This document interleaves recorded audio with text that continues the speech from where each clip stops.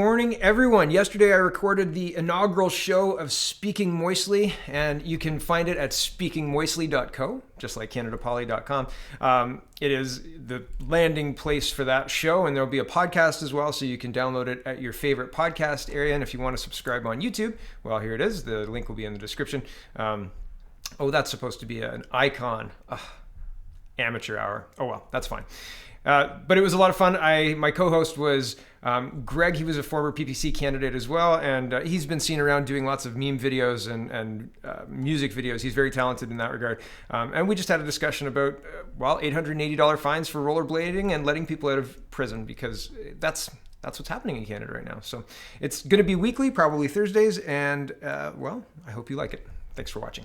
Okay, moving into the news today. Here's a weird turn. Now, I'm not surprised by this. I think that probably once the RCMP had somebody who was impersonating them with the uniform on and the car and all of that, either the car was stolen from them, which I've heard speculation online, or this guy bought the car, restored the car, had a uniform.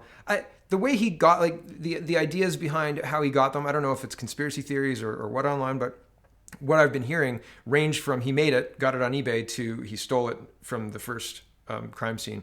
I have no idea. But either way, and the addition of the two other RCMP officers shooting up the fire hall, I think probably they shouldn't be investigating this whole incident, right? Like, all of those facts being true, they shouldn't be investigating themselves. I think that this is probably a good move. But I mean, what's next in this crazy story? It's a crazy, crazy story. Here's CTV News reporting. Military called in to help RCMP investigate shooting rampage in Nova Scotia. And I think that it's really strange that all of the news media is using the same language, rampage, to describe the shooting. Is that a rampage? Is that like the definition of rampage? Or I'm not sure.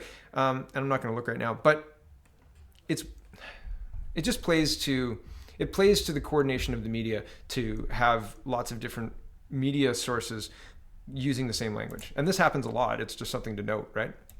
Moving on, in a couple of short stories before the main story today, CTV News is reporting Alert Bay imposes curfew, declares state of emergency due to COVID-19. This was published on April 20th. The curfew is done tonight at midnight. The curfew ends tonight. So tomorrow there won't be a curfew, presumably, unless they extend the state of emergency, which they may do. But here it is. The village of Albert Bay, an island community located near the northern tip of Vancouver Island, has declared a local state of emergency and issued a nightly curfew amid the COVID-19 pandemic. The curfew is in effect between 9:30 p.m. and 6 a.m. daily. The municipality says that an alarm will sound at 9 p.m. to give residents time to return home. It's very important that Cormorant Island residents do not contribute to the spread of this virus or be exposed to the virus off island, said the municipality in an announcement on Saturday. We're working with public health officials and relevant provincial agencies on measures to reinforce the importance of only leaving or coming to this island for essential reasons. Okay, so somebody sent this to me, and I didn't know that we were instituting curfews in Canada. I'm not sure how a curfew would help curb this more than no curfew, particularly in a state of emergency where most things are shut down. I mean, restaurants, bars, they're all shut down. What's the deal with the curfew? More travel restrictions, more concerning creep into our freedoms, right? If everything's shut down, nobody could go to a bar anyway, right? Like, the bars are closed. Why? What's the necessity for the curfew? I don't understand. And maybe that's my failing, but how does that help? Is that just more of a power grab, or is there reasoning in this? And they're saying it's for your health, right? We don't want you to get sick, dear citizen. So stay in your homes, be afraid, wash your hands. It seems odd, doesn't it? It just seems weird. Here's the last short story. Global News Radio 880 Edmonton is reporting mass gatherings and restrictions banning of groups of more than 15 people will remain in Alberta and for the summer. And that's Global News is reporting that. But that's according to the Chief Medical Officer of Health in Alberta. So it seems crazy. Initially, I thought the incubation period was 10 to 14 days, right? Why do we need months-long lockdown in order to get rid of this? 14 days to slow the curve, right? 6 feet to maintain your whatever. All these slogany things, and now It's just, oh yeah, well, we're just going to keep doing this until the end of summer and then till Christmas and then, oh, just till summer 2022. I don't know, man. What's the end goal? There are economies that have opened. There are places that are functioning with masks. And I don't want people to die unnecessarily. That's not what I'm advocating here. And I don't want to open things up before people are ready to open them up. But I'm saying there are examples around the world where life is necessarily getting back to normal, because at some point, the lockdown and the shutdown of our economy is going to have an impact on the food availability. It's going to have an impact on the supply chain. It's going to have a bigger impact than the virus itself. And at some point, our leadership needs to make a choice that we need to figure this out sooner than later and move. Right? Staying in your house is not a viable long-term plan. So what do we do? Right? Ban gatherings of 15 people. Keep the playgrounds closed. Stay in your houses, everyone. I don't know. It's a frustrating non-response. And anybody, here's the last quick story. Canada says 1 million face masks from China failed to meet proper standards, won't be sent to provinces. In the shock of April so far, not really surprised at all. China failed to meet the standards, and we paid for something that's not good enough, and we can't use it. But we donated 16, 17 tons of medical equipment back in the beginning of this to China. Isn't all this? Yeah, I know I say weird a lot, isn't it? Okay, here's Derek Sloan. This is blowing up today. You're going to hear a lot about this, and you're going to hear a lot about how he's racist for calling out Dr. Theresa Tam. Dr. Theresa Tam is either incompetent or absolutely working for somebody other than Canada. It doesn't matter if it's China or the WHO who's working for China or what, but she didn't do a good job. She's not doing a good job, and her recommendations so far have been wrong and late. And that's not acceptable when we were told that there is very little risk to Canadians and to our Canadian economy. And now we're a low population country with a high death rate because of their incompetence, right? Our long-term care facilities are being ravaged by this thing, and they were recommending no masks up until last week. We're still landing flights from China today. It is offensive that the incompetence is being tolerated by the leadership. But watch what happens to this guy. Derek Sloan is saying Dr. Theresa Tam must be fired. And if you don't know who Derek Sloan is, he's a leadership candidate as of right now. Wait until like 3 o'clock this afternoon. They'll lose his paperwork. Oh, we just realized Dr. Derek Sloan didn't complete this procedural thing, and that's why he's eliminated. It has nothing to do with his racism or intolerance. Or they'll just blame the racism and intolerance. They'll just say Derek Sloan is eliminated because he's too racist and intolerant. They'll just keep sheer. Peter MacKay's a disaster. Anyway, okay, watch what happens to Derek Sloan. He wants to be the leader of the Conservative Party. I wish him luck, I guess, if you want to be the leader of that party, I suppose. But I don't think you'd have a lot to say, unfortunately. The party is kind of beholden to a lot of other people and a lot of other interests, right? Got milk? Anybody? Where's Andrew Scheer and his milk drinking? Yeah, isn't that hilarious? I mean, and that's just one example of who the party is beholden to. Let's not ask Tom Quiggin about the inroads Islam has made as well into that, or radical Islam has made into that party. So, I mean, there's lots of concerns with that. So if you want to be the leader of that party, good luck to you. He's giving it an honest shot, and I think he's trying to speak to real Canadians, but real Canadians do not have the time to read this long an email. I'm sorry. That's just the truth. They won't read it. I'm going to read it, but most Canadians are not going to read all of this, okay? Here we go. Buckle up. It takes about a minute and a half, and I'm going to be a little long today. Okay. The email reads, and it was released April 21st. Fire Theresa Tam. Dr. Theresa Tam, Canada's Chief Public Health Officer, has prioritized the World Health Organization over the health of Canadians. She is one of 7 physicians on a WHO oversight committee whose job is to prevent politics from interfering with what happens during health emergencies. Like many things involving the UN, this sounds good in theory, but it doesn't work in practice. The truth is that the WHO serves the Communist Party of the People's Republic of China. It was the People's Republic of China who installed Margaret Chan, the former director General of the WHO 2007 to 2017. Chan was the former director of health for the Hong Kong government and was widely criticized for her unsatisfactory performance in handling the SARS outbreak in Hong Kong in 2003.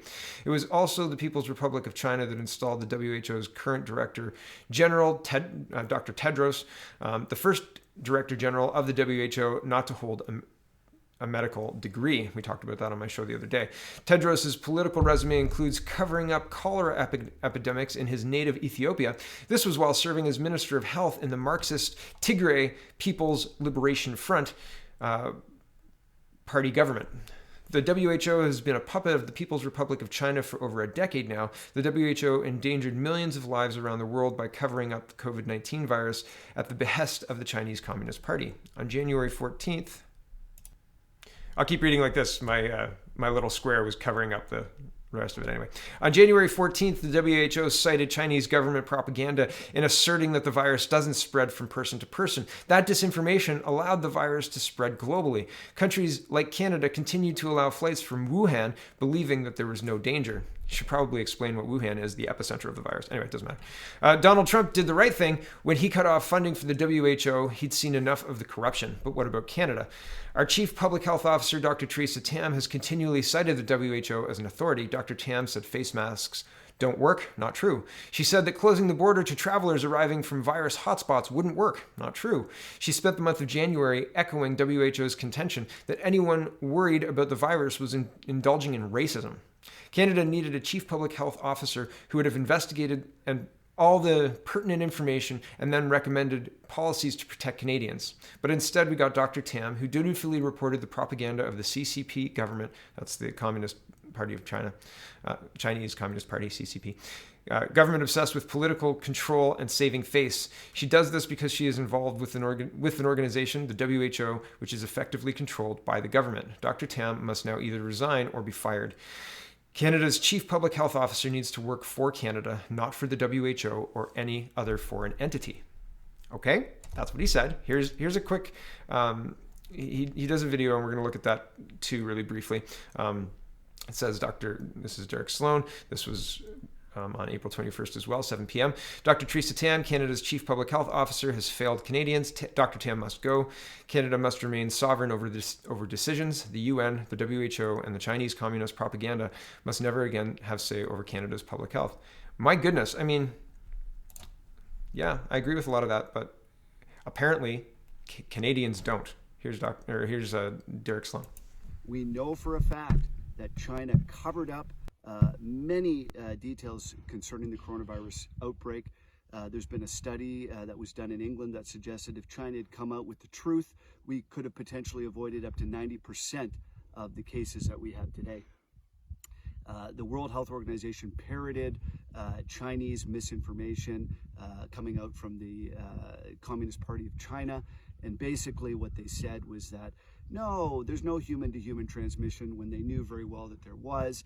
They said, no, there's no reason to have travel bans when, in fact, the countries that did early travel bans were very successful in keeping the number of cases at bay. Theresa Tam followed the World Health Organization every step along the way. She accused Canadians who were concerned about this virus initially for being racist. She also suggested that travel bans were unnecessary, and as late as January 14th, she suggested that human-to-human transmission of the coronavirus was not happening when very credible evidence suggested that it was. And I'll leave that there. The link is in the description if you want to watch the whole thing. Here's what the Prime Minister had to say about it. The Prime Minister not impressed with Sloan's comments. Intolerance and racism have no place in our country. Other Liberal and NDP a whole bunch of everybody weighed in on this whole thing. So what did they have to say? Here's Eric Duncan. He is proud to be a Conservative member of Parliament. So he's an MP. He's a Conservative MP. This is what you call marching orders. Everybody got a call or an email that says you have to support Dr. Theresa Tam publicly. Get a tweet out now. That's what happened. And this is the result. Here it is. Just wanted to put myself on record, says Eric Duncan. Very clearly to my constituents, I may have questions and constructive concerns at times about Dr. Tam and team during these evolving and challenging times, but I will never question her loyalty to Canada and best interests of Canadian at heart. Really? You wouldn't question that? She's got a conflict of interest because she sits on the WHO. You wouldn't question that? You wouldn't question a conflict of interest in a business situation? Sir, you also sit on the board of directors for this other company. Should you be in this meeting currently? Yes? No? You wouldn't do that? Really? Okay. Here's Michael Chong. He says, one, as a conservative, I want to thank Dr. Tam for her tireless effort on behalf of Canadians. While I might not agree with every decision she's made, I have no doubt about her loyalty to Canada. We're in this together, and each one of us is doing their best. Dr. Theresa Tam, like my father, immigrated from Hong Kong to Canada to make this her home and native land. Like my father, she became a doctor and made it her life's work to save lives and help her fellow citizens. We need more Canadians like Dr. Tam. Okay, that's Michael Chong. Here's Michelle Rempel. I'm still blocked from Michelle Rempel. She doesn't like me. Oh, well. I mean, it's inconvenient when I point things out that she doesn't want pointed out to her constituents, I suppose. Here we go. Michelle Rempel says, Derek, with everything else going on in my community that I need to fight for, I can't believe that I have to use my platform to explain to you why what you said at precisely the 40-second mark of your video is so profoundly wrong. But here we go. Thanks, buddy. Thread. 40 seconds. I'm going to show everybody what he said at 40 seconds. Okay, here we are, 38 seconds. We sent an email out today asking, does she work for Canada or for China? And I encourage you to read that email. There's some interesting information. Okay, and that was the email we just read. So 40 seconds. Does she work for Canada or does she work for China? Not sure. All right, here we go. Okay, we're good. Thanks, buddy. Thread. All right. Good. 2, does she work for China or Canada? That's what you said. Not I have concerns about the advice she's been providing to Canadians or the response of the WHO needs to be severely scrutinized. Why did you use the former phrasing as opposed to the latter? Did you read the email, Michelle? We did. Back to this. 3, I can't believe I have to say this and profuse apologies to her to have to be a part of a public object lesson to an MP. But Dr. Tam, she didn't link her either. She didn't at Dr. Tam, which is she uses an official account. I couldn't find a personal account for her. Anyway, back to this. But Dr. Tam is of Asian heritage. So when you say, does she work for China or Canada, many people will think you're suggesting she has dual loyalties. That's exactly what he's suggesting. He's not dual loyalties, Michelle. He's saying that she's carrying water for China and not for Canada. You understand? Not dual loyalties. He's saying she's not loyal to Canada. Are you with us now? Do you get it? Dual loyalties? My goodness. Back to this. 4, the dual loyalty canard has long been an anti-Semitic trope, or used to perpetuate racist stereotypes. Google it. Now, before you send off a fundraising email that says, Rempel accuses me of racism, I'm so brave, think about this. Number 5, if you truly wanted to help us make better policy decisions related to COVID-19, why didn't you just talk about policy failures and how you would fix them? Why did you make it personal and ask if a woman of Asian descent worked for China? Because it looks like she works for China. She's certainly not making decisions that are helpful for Canadians, Michelle. Anybody who's thinking and looking at her decisions can see that clearly. Back to this. 6, you either A, did it on purpose. Yes, he did it on purpose. Or B, didn't think through the unacceptable damage it would do to both your argument and to the subject of your statement. Neither of these options are what people are looking for in a prime minister.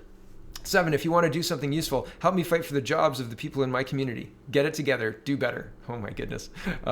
Right. So that's what's happening to people who try to speak truth, try to speak about incompetent people in positions that led to disaster. And make no mistake, what's happened is a disaster. What is happening is a disaster. People are out of jobs. People's businesses are failing. Restaurants, I would say 50%. If 50% survive this, I will be surprised.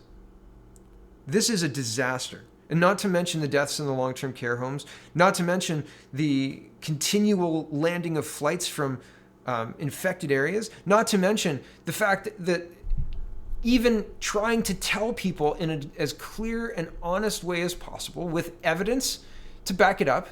There's everything he says here is stuff that I've talked about too. There are very, very serious concerns with Dr. Tam's conduct with regards to what the WHO knew, with regard to what China knew and when. There were public letters released by Taiwan in December of 2019. This could have been avoided. With competence in our government, this could have been avoided. Not even a good prime minister. I'm saying competence, some kind of competence. The ability to realize that shutting down flights from infected areas correlates very well with countries that have done well in fighting this disease. Okay? We still haven't shut down flights. a little bit of competence. And if somebody says, maybe it's on purpose, maybe this level of incompetence is not what you would expect from somebody who's made it this far in their life to be appointed as Dr. Tam has been. Maybe it was purposeful. Does she work for Canada or does she work for China? Does she work for the WHO or does she work for Canada? There's a clear conflict of interest. And yet, every single one of these MPs got their marching orders, and every single one of them are throwing Derek under the bus in favor of Dr. Tam, who has led Canada down the garden path to disaster. Disaster. Are these the people you want leading the country? It's certainly not the Liberals. And who do you choose? Who do you choose? It's clearly not the PPC either at this point, right? Like from the last election, that was very clear. So what do you need? Virtue signaling Marxists who have economic degrees? Well, I guess that was Stephen Harper, wasn't it? It's frustrating because how do you fix something that's this broken? How do you fix something that's this broken without a viable leadership candidate on the horizon, right? I mean, at this point in time, if an election is called right now, I'm sorry to say it, Justin Trudeau wins handily. Very, very, very, probably a majority.